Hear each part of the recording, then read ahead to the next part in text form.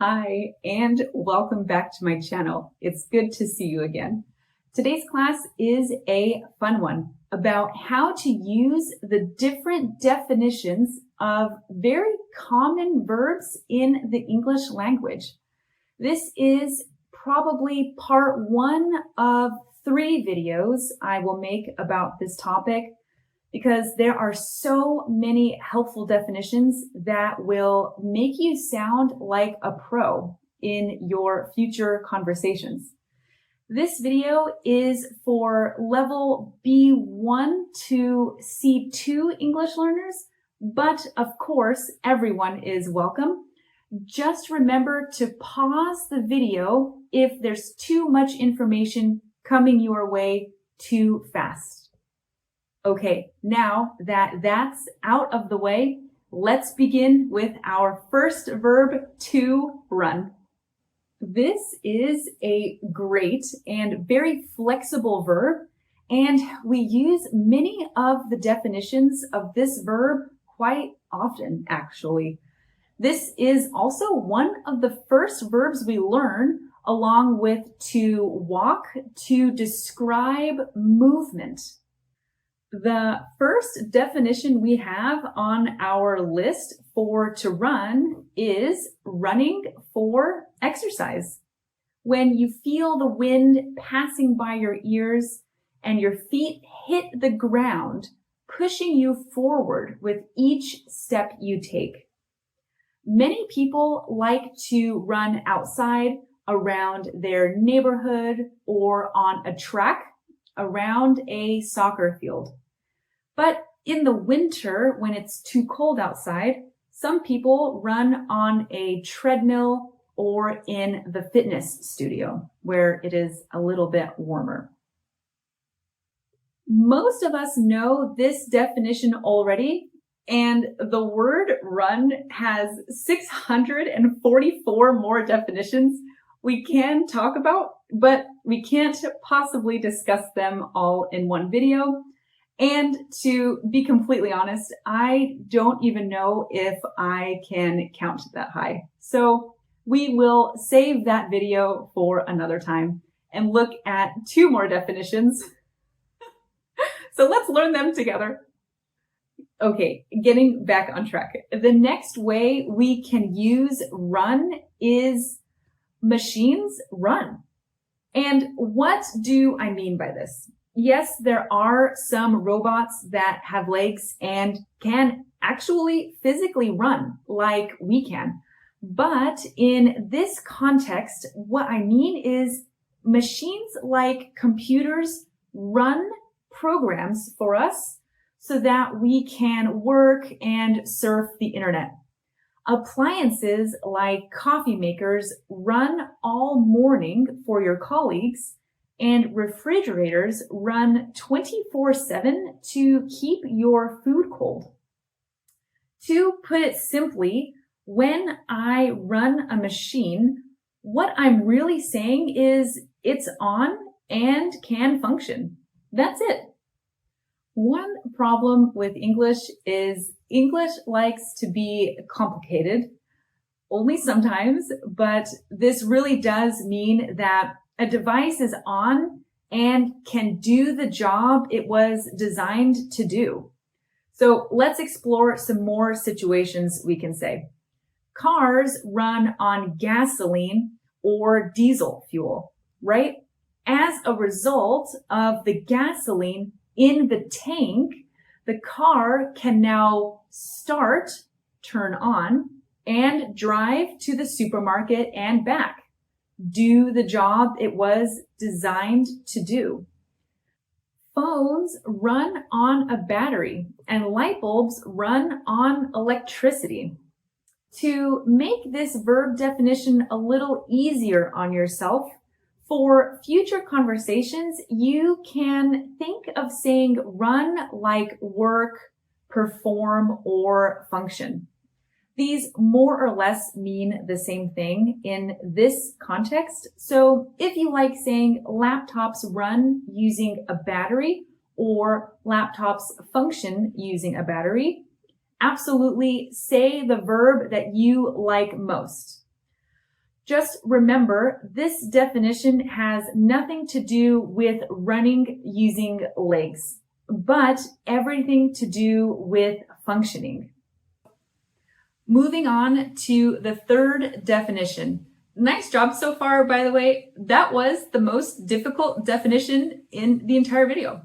And that wasn't even so bad. So the rest of this video will be smooth sailing, like you're on a boat. All right, with this last definition, water and paint can run. Okay, I know that sounds very strange, but again, it has nothing to do with jogging quickly. With flexible verbs like these, try your best to separate what you know as run with its other definitions.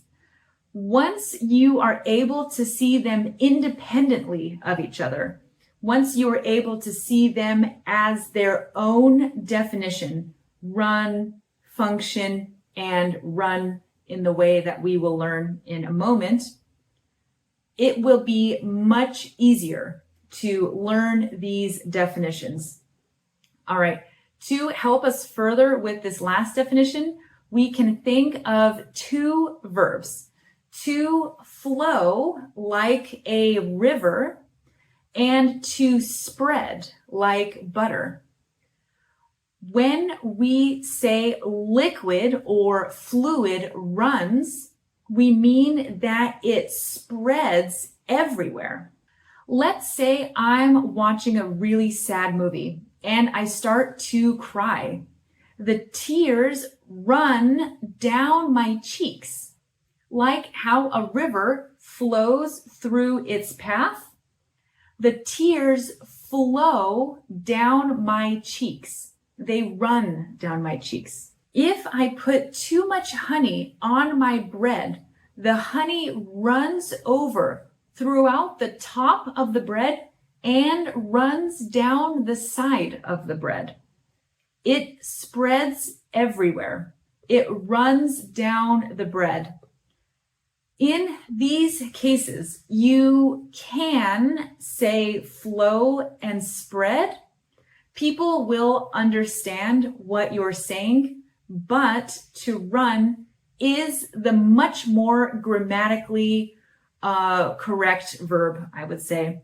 So let's look at more real life examples that you could use in your everyday conversations. So she spilled the milk everywhere, and now it's running down the table and chairs.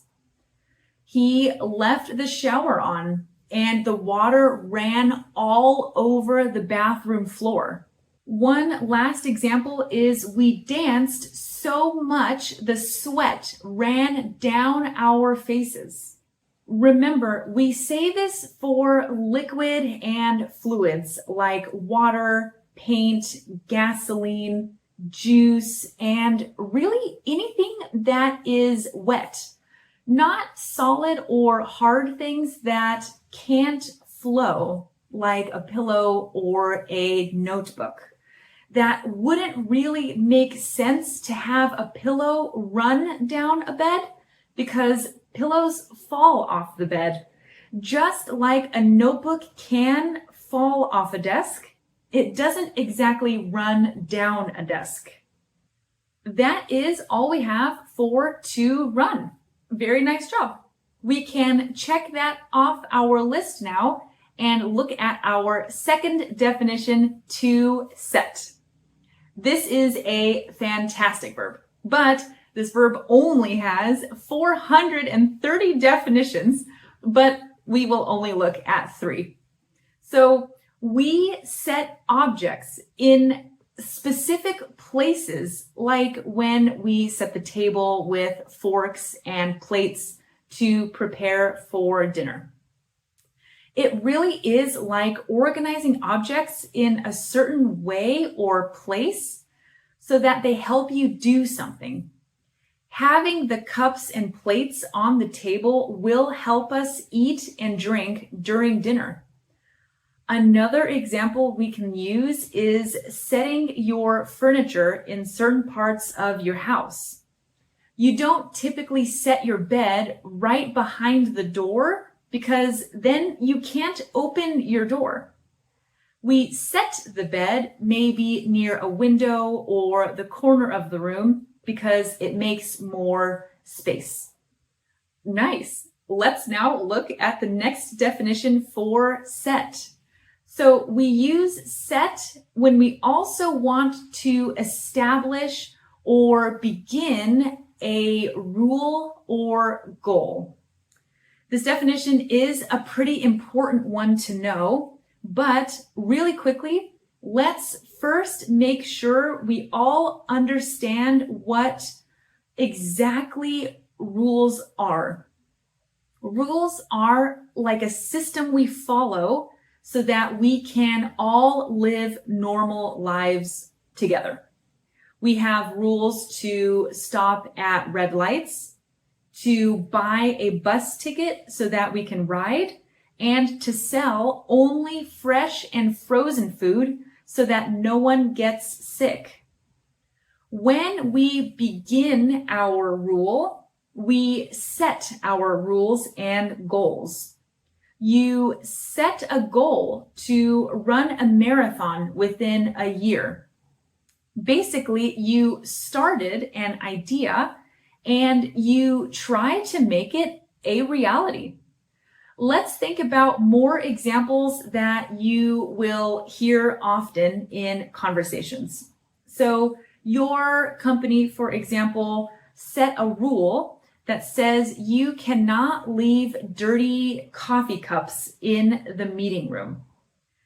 This means someone in your company had an idea to make the office cleaner and more organized and set a new rule, started a new rule, and now you and others at your company follow that rule. Rules and goals aren't always for the people around you. Let's look at the marathon example again. You have always dreamed about running in the New York City Marathon. That is your idea. And to start your idea, you set your goal.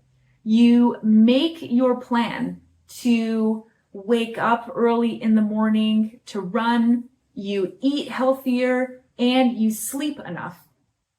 You have set your goal, and now you do the things you should do so that you can reach that goal.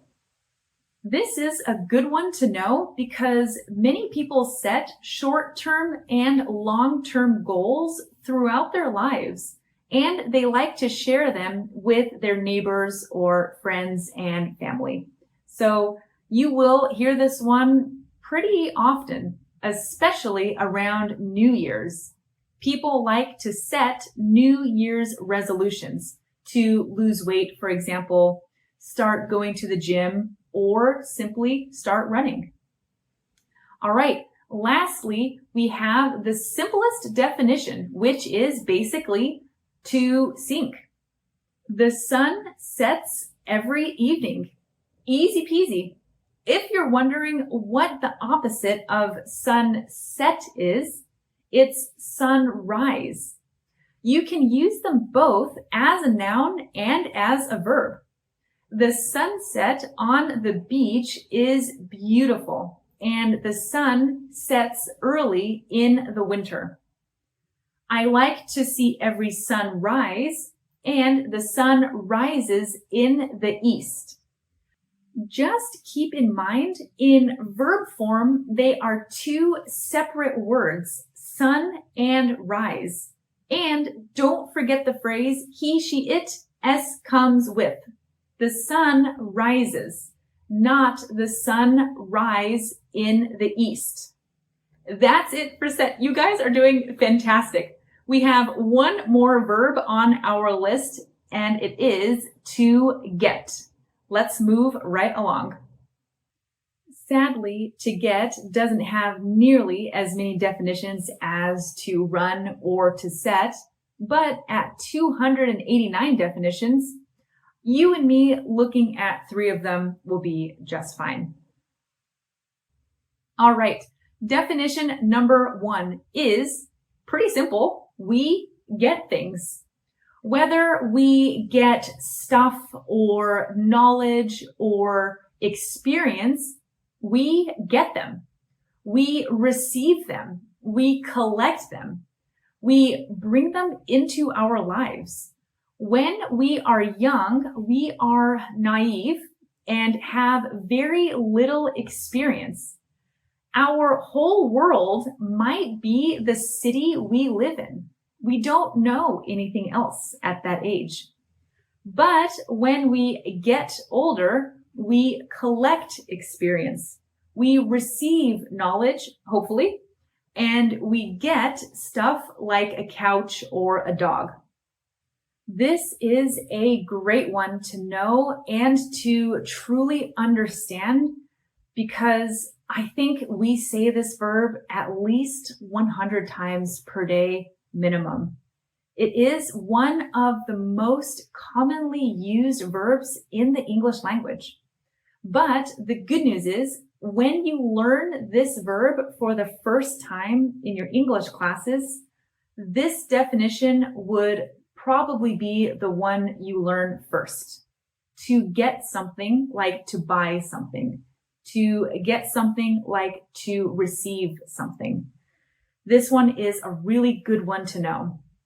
So if this one is already familiar to you, if this one already sounds like you heard it before, we can move on to the next definition, which is to become or to cause to become something.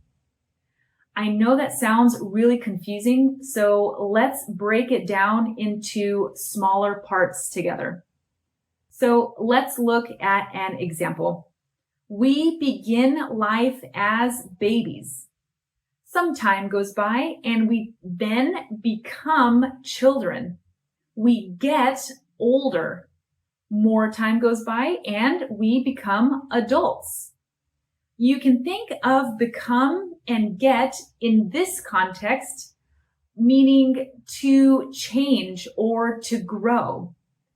He was a sweet little boy, but now he's a grumpy old man. He got grumpy over the years. We studied hard to become doctors and get our medical license.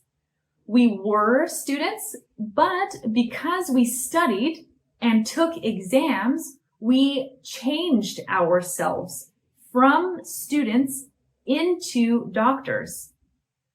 One last example you probably will hear, at least in the springtime, is the butterfly got wings after its transformation from a caterpillar.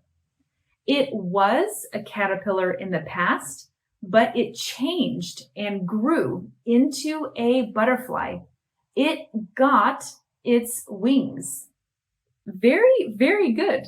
That's it for to become or cause to become when we talk about get. The last definition we'll talk about is the simplest one, actually, and basically means to arrive. Because of traffic, I got to my appointment late. I arrived at that appointment later than I wanted. In this context, you can use get and arrive interchangeably. Just remember that got here for these examples is a little informal, so I wouldn't personally say it during an important business meeting, but everywhere else would be totally fine. It would be no problem. The last little example we could say is they got home early because they drove the car instead of waiting for the bus. Same thing as they arrived home early. That is it. That's all I have for you today. I know that was a lot, but I guarantee you, if you learn and understand these definitions, you are halfway there with learning English. The other half is just sentence structure. We can make thousands of sentences with just these 3 verbs we learned today. And please remember, you won't learn these all in 30 minutes from a YouTube video and use them perfectly each time.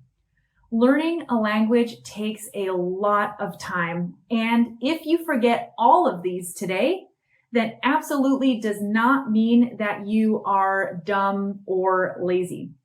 You just listened to a video of about 2,000 words. You probably paused to look up certain words in the dictionary. I have an American accent, and maybe you practice with people who have British accents. What I'm trying to say is, if you think your progress is slow, I promise you it is not true. I don't even have to know you personally to know that you are smarter than you think you are. You are trying to learn your second or maybe even third language. Believe me, if I, who is not the smartest person, can learn German, you can learn English. In fact, I was so slow with learning German, I needed to spend half of my life learning it, plus almost 8 years, I think, so far living in Germany just to make it to level C1. So trust me, I know how you feel when you are frustrated and feel like giving up, because I actually think I gave up every single day. And the next morning I said, let's just try it one more time. And slowly but surely, I made it. You can feel like giving up every day, just don't do it. As long as you stay motivated and extremely patient, you will reach your goal with this language. Okay, now that's really all I have for you for today. I can't wait to see you next time for part 2. I'll see you then. Bye.